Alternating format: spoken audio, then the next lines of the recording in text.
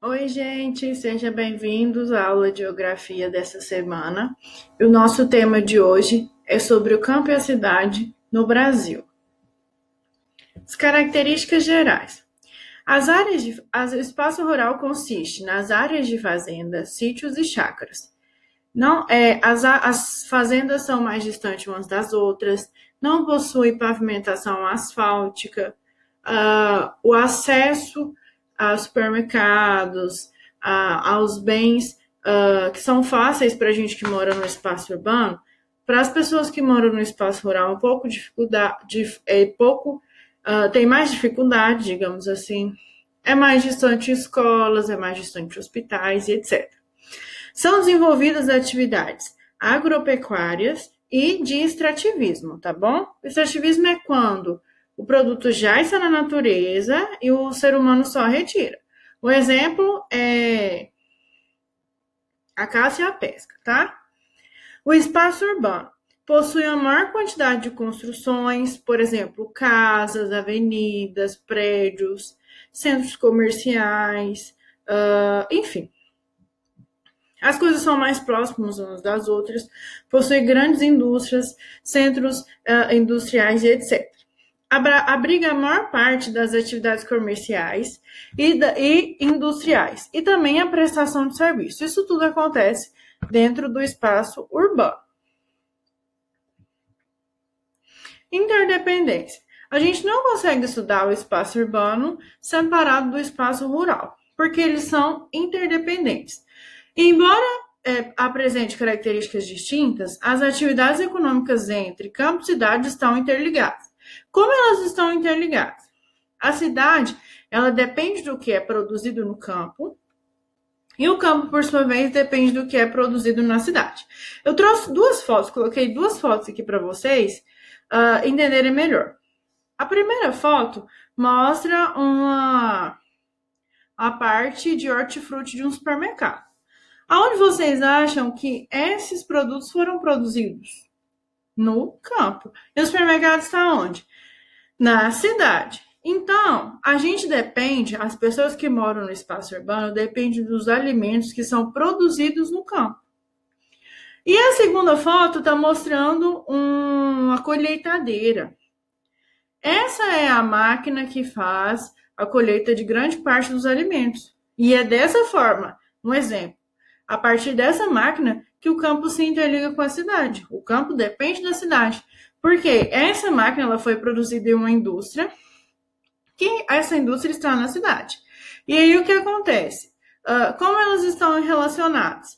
O campo precisa de maquinário, precisa dos hospitais, das escolas, precisa dos fertilizantes. Esses serviços e produtos eles são encontrados aonde? Na cidade. Então essa é a dependência do campo para a cidade. Vamos estudar primeiro o espaço rural. A modernização do campo.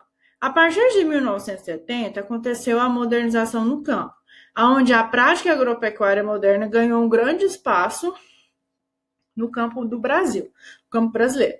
Por que isso aconteceu? A partir do ano de 1940, mais ou menos, começou a vir para o Brasil as primeiras indústrias. E aí essas indústrias, elas precisavam de mão de obra, e essa mão de obra era encontrada no campo, tá bom? Porque a maior parte das pessoas, a partir desse ano, morava no campo. A partir do ano de 1960, que a população rural, a população urbana passou a ser maior que a rural. E aí começou a acontecer intensamente o êxodo rural, por dois motivos. O primeiro motivo é porque grande parte das pessoas foram sendo substituídos pelas máquinas do campo. E, consequentemente, essas máquinas eram produzidas nas indústrias das cidades e essas indústrias também precisavam de grandes trabalhadores, tá bom? Foi aí que o espaço rural começou a sua modernização. Utilizando recursos com tecnologia mais avançada, como, por exemplo, adubos, fertilizantes, maquinários, etc. Então, toda a agricultura moderna hoje, ela utiliza esses tipos de produtos, como, por exemplo, adubos, fertilizantes, maquinários e etc. Por quê? Isso melhora a qualidade dos produtos, faz com que os produtos deem resultados mais rápidos e diminuam os riscos de prejuízo do agricultor. As técnicas modernas, em geral, são empregadas nas grandes propriedades monocultoras de gêneros agrícolas. O que são grandes propriedades monocultoras? É uma grande propriedade rural que produz um tipo de alimento só, por exemplo, milho, algodão, feijão. Ela vai produzir um alimento só, um gênero agrícola só. Isso facilita por causa do quê? Porque você vai utilizar um tipo de máquina só, um tipo de agrotóxico só, porque é um produto, então vai facilitar a produção. O campo ele possui alguns contrastes entre pequenas propriedades e grandes propriedades. Primeiro vamos ver as pequenas propriedades.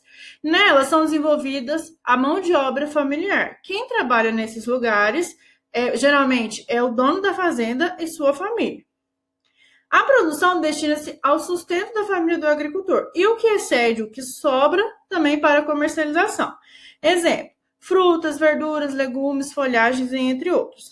Geralmente, quando a gente vai na feira, a gente vê lá uma banquinha de alface, de couve, de folhagens.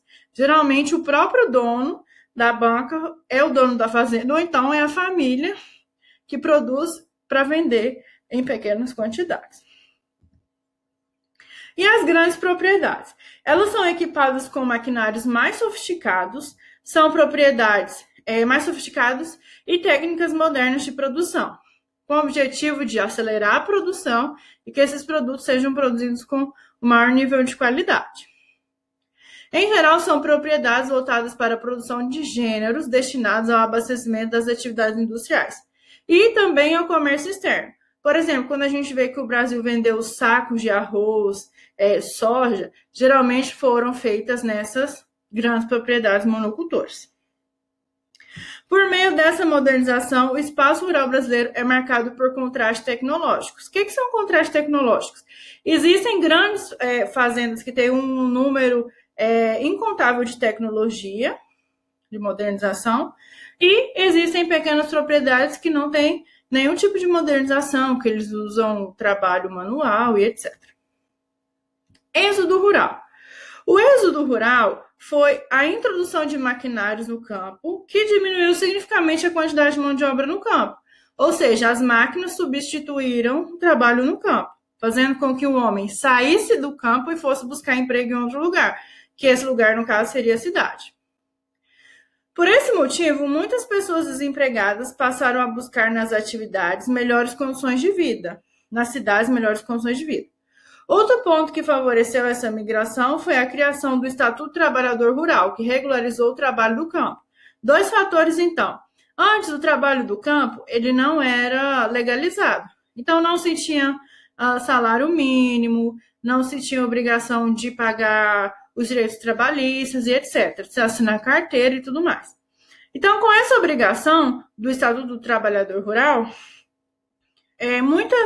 muitos fazendeiros e agricultores não queriam pagar essas obrigações, então demitiram e substituíram esse trabalhador pela máquina.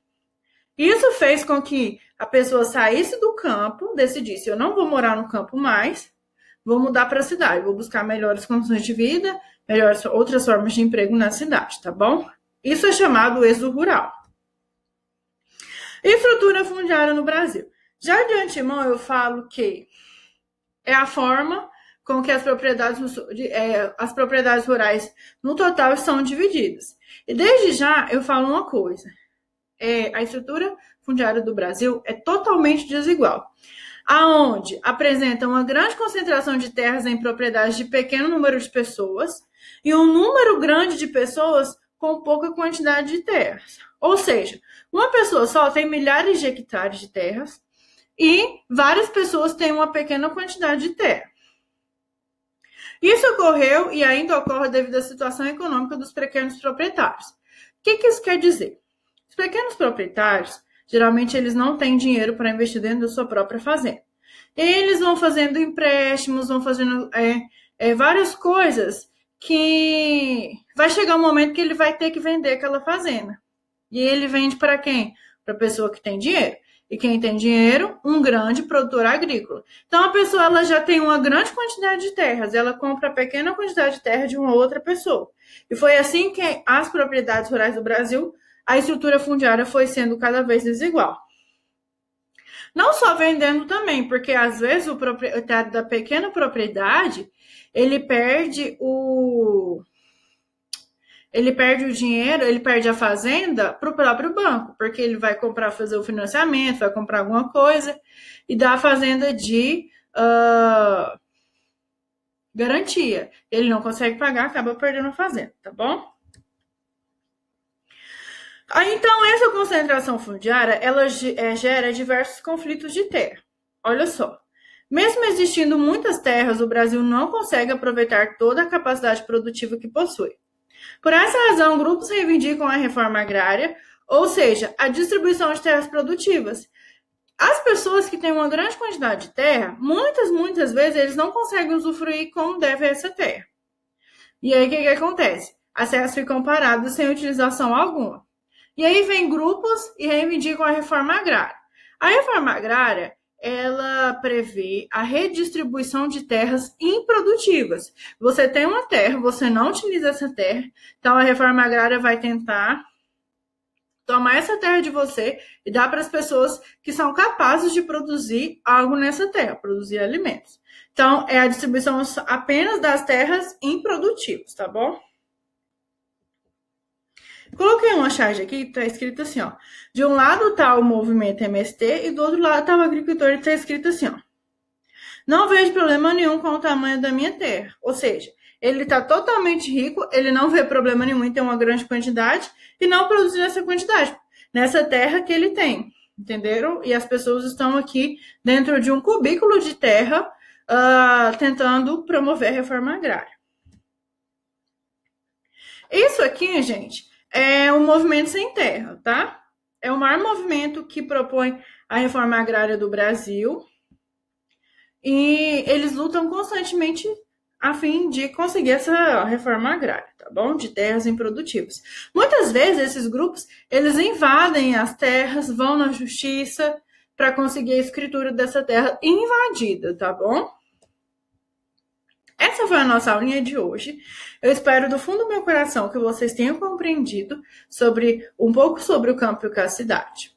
Para vocês fixarem esse conteúdo, eu queria que vocês copiassem no caderno esses slides e também fizessem no livro os exercícios da página 375 até a página 377. Na página 375, não tem espaço para responder, mas não tem problema. Se você quiser colocar só a resposta no caderno, pode colocar. Se você quiser colocar a resposta no livro também pode colocar.